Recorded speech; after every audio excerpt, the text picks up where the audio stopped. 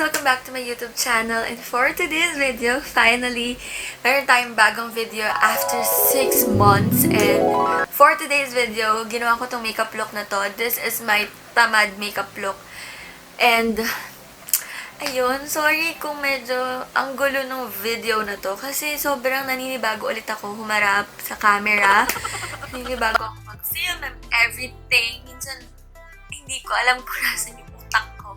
So, ayun. So, please bear with me. And, I hope magtuloy-tuloy na tong pag-vlog ko ulit. So, ayun. Gusto niyo malaman kung paano ko na-achieve tong tamad makeup look? Just keep on watching. So, guys, meron lang ako ngayon sa face is lip tint and moisturizer. Yung moisturizer kong ginagamit is yung Cetaphil moisturizing lotion. Pwede siya sa katawan and pwede din siya sa face. So, dun lang ako ngayon naghihiyang. Nagpunta ako dito sa Australia. Dun lang humiyang yung face ko sa lotion. I mean sa moisturizer. Kasi I tried moisturizers before nung pagdating ko dito. Pero girl, nagkaka-pops ako and everything. Tapos yung aloe vera gel ko din na sobrang hiyang sa akin sa Pilipinas. Hindi rin siya nag-effective sa akin. So, yun lang talaga yung humiyang sa akin, yung Cetaphil moisturizing lotion. So, sa katawan and sa face ko siya ginagamit. So, before ako mag-apply ng sunscreen, nag-alcohol muna ako ng kamay.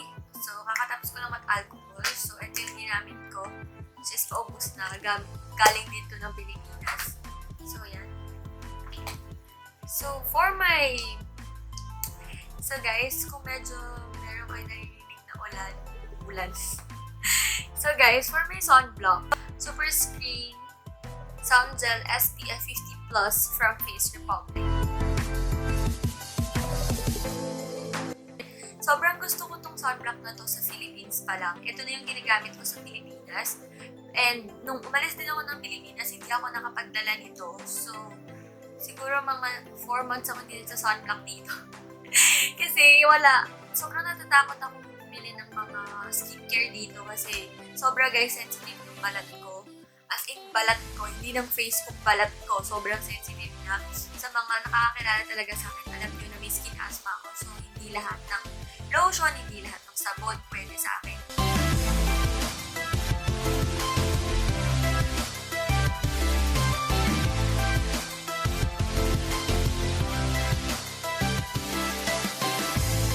After ko mag-sunscreen,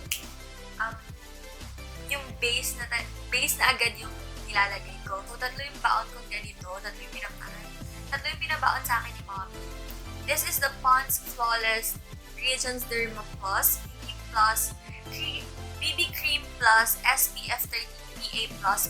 Sobrang tamad talaga itong makeup look na gagawin ko. Kasi, ito din yung lagi kong ginagawa kapag kailangan mabilisan, ganyan.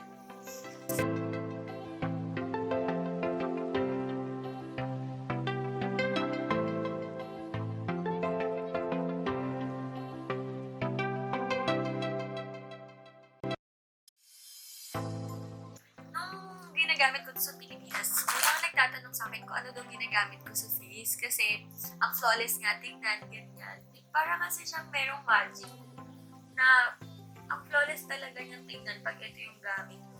So, maganda talaga siya. I highly recommend this one. Kasi, maganda yung finish niya. And then, at the same time, meron siyang skin protection. Kasi, meron siyang SPF 30. I'm just using my fingers to blend this one kasi super dali lang naman din i-blend. Usually, hindi talaga ako concealer. Depende guys sa mood yung paglalagay ko ng concealer kasi tinatamad ako mag-blend. O diba? Sobrang tamad talaga. Gusto mag-makeup pero tinatamad. Ganun. But if gusto ko mag-concealer, ang ginagamit ko is itong Maybelline. Nakita nyo na to sa previous vlogs. Nakita nyo na to sa previous makeup videos ko. So, this is the Maybelline Instant Age Rewind. This is in the shade Sand. Ito yung ginagamit ko sa Pilipinas. Pero ngayon, hindi tayo mag-brows. So, for my brows, I'm using this Fashionbrow na favorite ko. Favorite ko to talaga ever since. Ito yung ginagamit ko pang kilay ever since. Mapa everyday, mapa formal events, and yeah. Pero meron din akong ginamit before na pangkilay and sobrang nagustuhan ko din siya. Pero hindi ko pa kasi siya na-repurchase kasi wala akong pera. Yes, purita ang lola niya. So yun, hindi ko pa siya na-repurchase. Pero this is the Fish of Designing Eyebrow Pencil. Siguro, nakikita nyo yun eh. Yun yung madalas mag-buy one take one sa Philippines. So, guys, kung nakikita nyo na lagi sila naka-promo, bumili kayo. Swear, ang ganda niya. Especially if you're aiming for a Korean makeup look, maganda siya. Ngayon, ang gagamitin ko is itong Fashionbrow.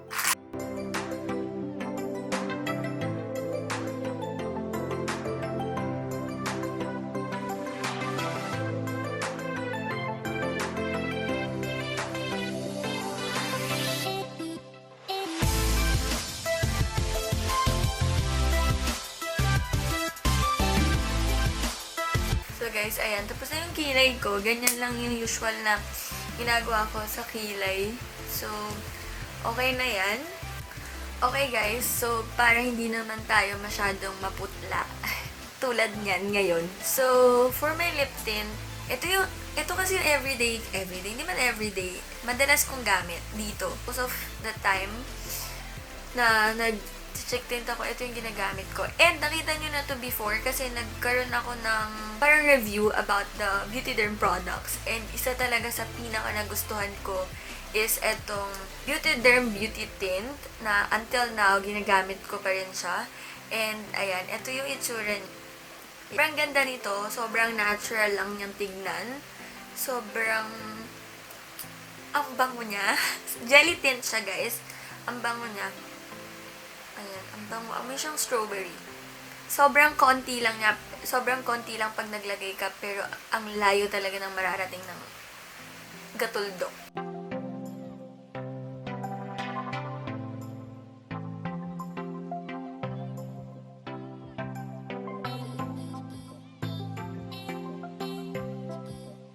So, ayan guys. Meron akong cheek tint.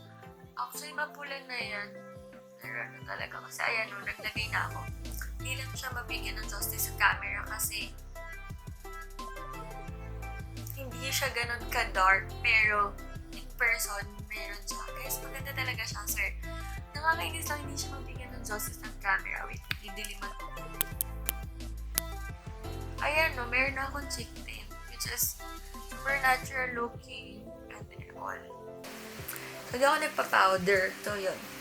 So, ngayon, maglalagay lang ako ng konting eyeshadow. Konti lang, para lang mabuhay yung mata natin.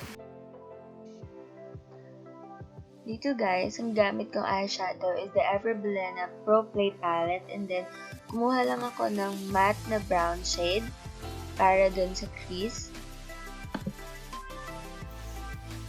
Okay, lagyan din natin siya ng konting shimmer. So, mamili na lang kayo. Siguro ang kukunin ko is ito, yung medyo gold.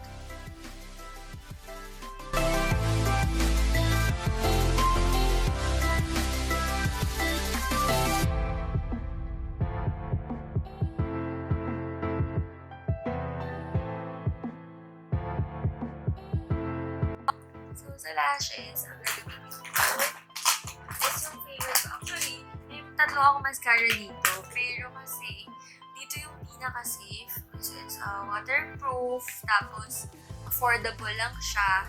So, ito yung pinaka-safe gamitin. So, ito yung gagamitin natin. Diba? Nakakatamad minsan kasi alam ko naman may mga times talaga na sobrang nakakatamad mag-makeup. Hindi mo gusto maging maganda, pero tinatamad ka.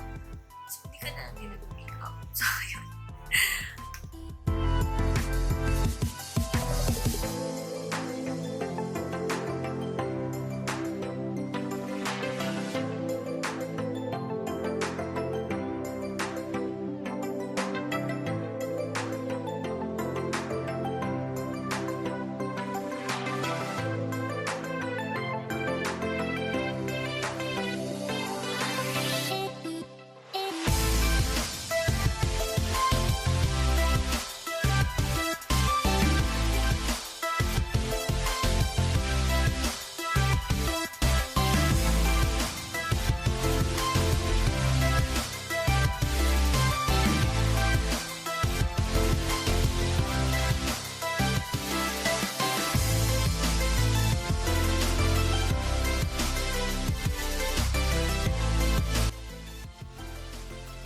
So guys, ayun. Tapos na yung ating lashes.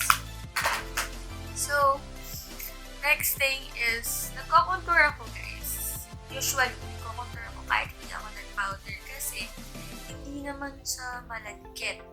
Hindi ko alam kung okay yan. Nagko-contour ako kahit na hindi ako nag-powder. Hindi ko alam kung right thing ba yun na nagko-contour ako kahit hindi nagpa-powder. Pero kasi for me, sa akin, okay naman siya. So, yes. So, I contour. I'm using the Vice Cosmetics Aura Contour in the shade Porsyur. Super ganda nito. As in, sobrang ganda. Sobrang affordable, but ang ganda.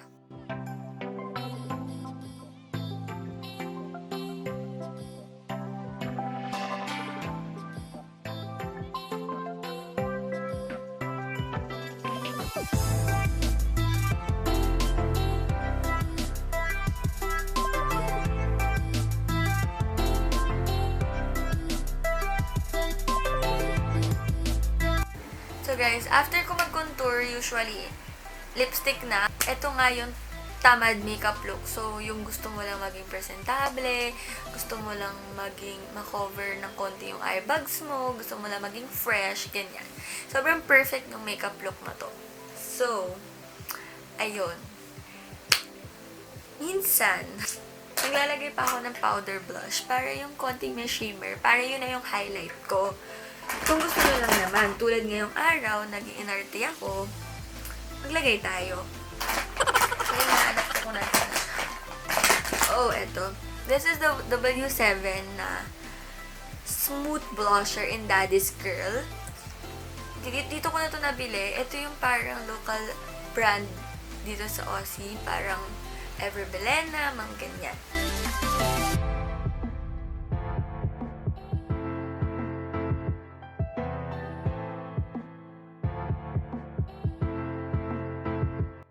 For my lips, guys, this is my favorite na ubos na siya. This is the Generation Happy Skin Kiss and Bloom in the shade Fearless. Ito yung favorite ko na lip tint and yung KJM. Sobrang favorite ko talaga yung KJM ever since. And yung Interstellar na Lip and Cheek tint. Here tayo. Ubos na siya. And, nagpapatong din ako ng lipstick. Today, I'm using the Generation Happy Skin Active My Lips But Better Ultra Matte Lippie in the shade Energy. Ito din, super favorite ko to. Itong dalawang combo talaga ever.